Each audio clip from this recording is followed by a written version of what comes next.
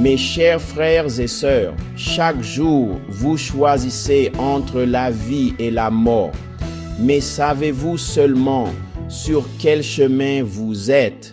Marchez selon l'esprit ou marchez selon la chair. Ce n'est pas seulement un mode de vie, c'est la direction de votre âme. Tant de croyants prétendent suivre Christ. Pourtant, leur vie reflète le monde. La Bible est claire. Ceux qui marchent selon la chair ne peuvent plaire à Dieu. Romains 8, verset 8. Mais ceux qui marchent selon l'esprit, ils ont la vie et la paix. Romains 8, verset 6.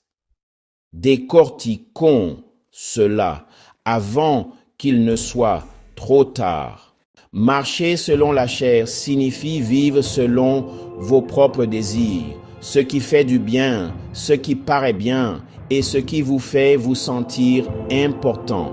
Ce n'est pas seulement à propos du péché, c'est à propos de soi. Galates 5, versets 19 à 21 énumère les œuvres de la chair, la débauche, l'impureté, le dérèglement, l'idolâtrie, la magie, les rivalités, les querelles, les jalousies, les animosités, les disputes, les divisions, les sectes, l'envie, l'ivrognerie, les excès de table et les choses semblables. Paul dit, ceux qui commettent de telles choses n'hériteront point du royaume de Dieu. C'est sérieux. Marcher selon la chair, c'est choisir vous plutôt que Dieu. Marcher selon l'esprit signifie vivre sous le contrôle de Dieu. Ce n'est pas une question de sentiment, c'est une question d'obéissance. Galates 5, versets 22 à 23 montre le fruit de l'esprit. L'amour, la joie, la paix, la patience, la douceur, la maîtrise de soi, la bonté, la bienveillance, la foi.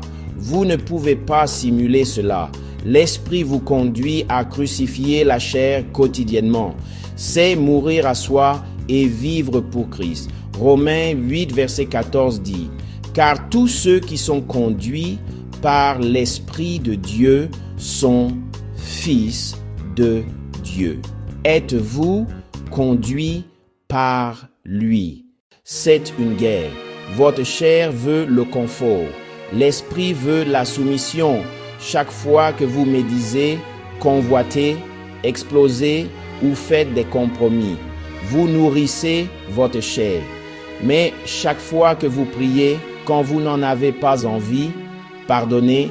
Quand ça fait mal, dites non à la tentation. Vous marchez dans l'esprit. Et seuls ceux qui marchent dans l'esprit seront prêts quand Jésus reviendra. Vous ne pouvez pas marcher sur les deux routes. Il est temps de crucifier la chair et de marcher dans l'esprit quotidiennement, parce que la route que vous empruntez détermine votre destinée. Paradis ou enfer, c'est aussi réel que ça. Choisissez aujourd'hui qui vous servirez. Si ce message a remué votre cœur, ne scrollez pas, likez, partagez parce que quelqu'un que vous aimez marche vers la destruction et il a besoin de cette vérité. Marchons dans l'esprit ensemble. Revenez pour plus de vidéos et merci d'avoir regardé.